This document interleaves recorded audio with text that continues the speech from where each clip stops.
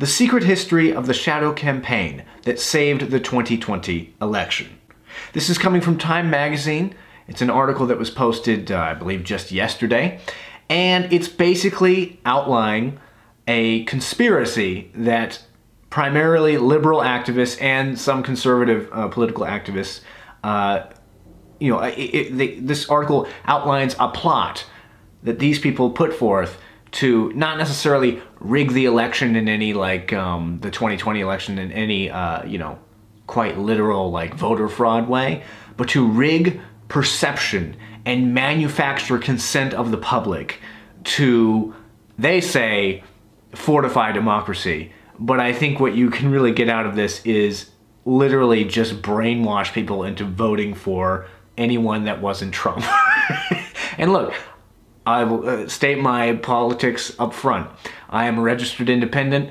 Although I am definitely more conservative than I am liberal. However, with Trump and everything, I think he behaved reprehensibly in the wake of the election, and he did spread a whole lot of lies about the election, a whole lot of misinformation. And this article, talks about all of that stuff, and it's not wrong on that front. But the story of this article, and the reason I am making a video about this article, is because this article is admitting that media, social media, and billionaire political activists worked overtime in the months leading up to the 2020 election to literally not rig it, like I said, in any necessarily illegal way, but rig it with propaganda. If you still believe that the mainstream media in America and the social media companies and that the billionaire hedge funds that run this country do not have an ideological political bias,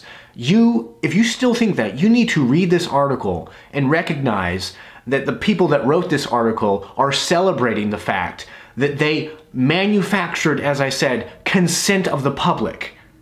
Like, the thing about this article is it's saying that this conspiracy from all these organizations, and remember, Time Magazine is not a fringe publication. This is not a crazy thing. They self-describe this as a conspiracy, and they are celebrating it with glee that it worked.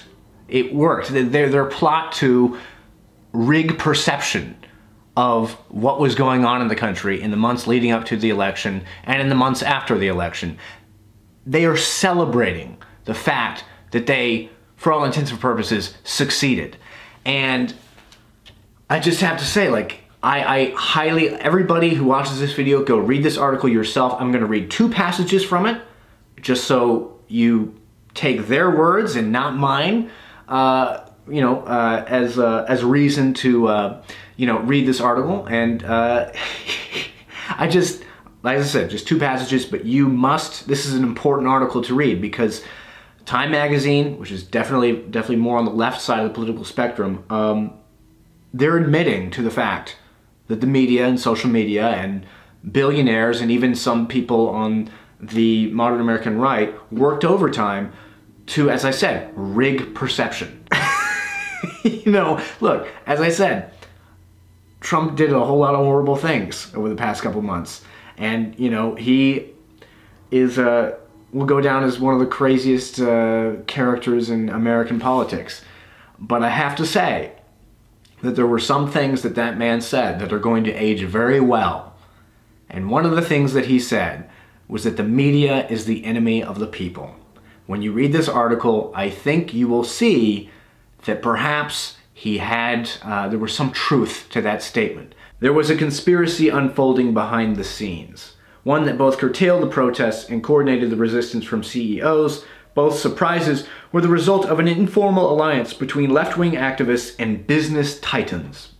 The pact was formalized in a terse, little-noticed joint statement of the U.S. Chamber of Commerce and AFL-CIO published on Election Day. Both sides would come to see it as a sort of implicit bargain, inspired by the summer's massive, sometimes destructive racial justice protests, in which the forces of labor came together with the forces of capital to keep the peace and oppose Trump's assault on democracy. The handshake between business and labor was just one component of a vast, cross-partisan campaign to protect the election.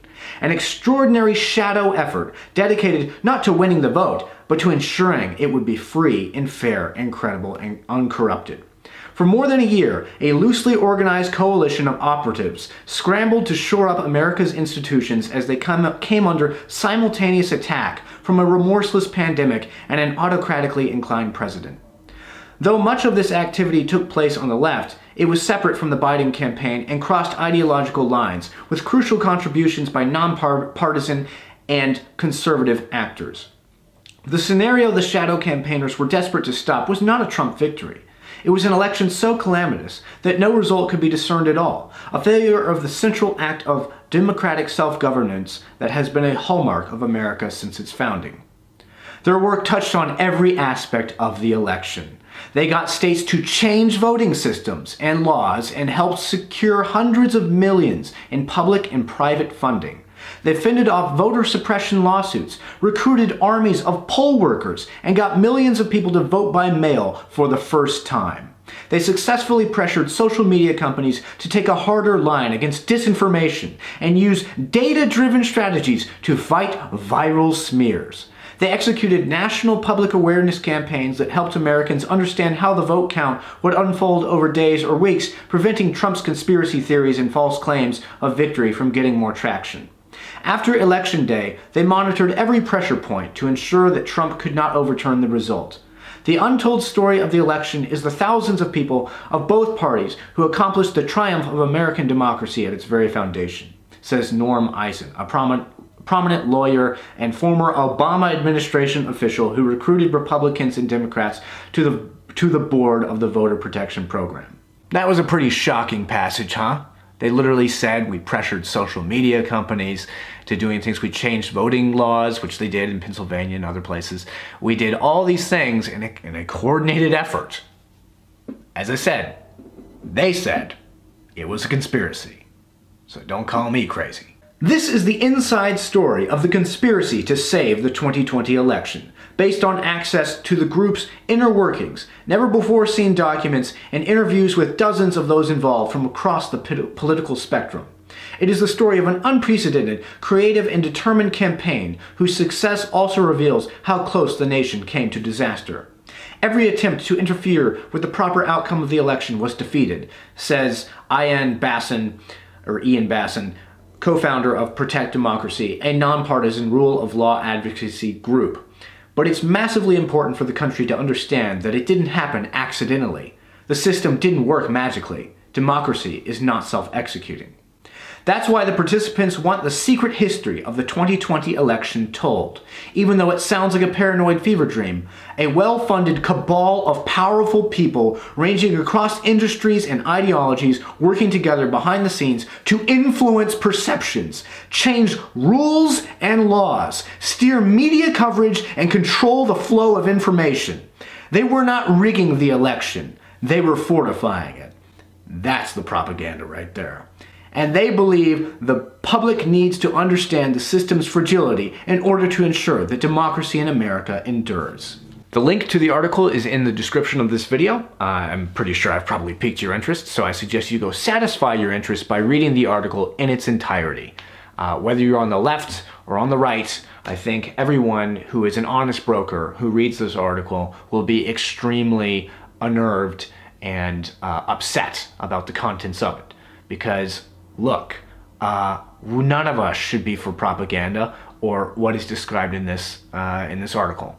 And we should all, now and forever more, look at our news media outlets and our social media overlords with a newfound skepticism and vigilance. Because the matter of fact is that, look, there were a lot of bad actors on the right in this last election.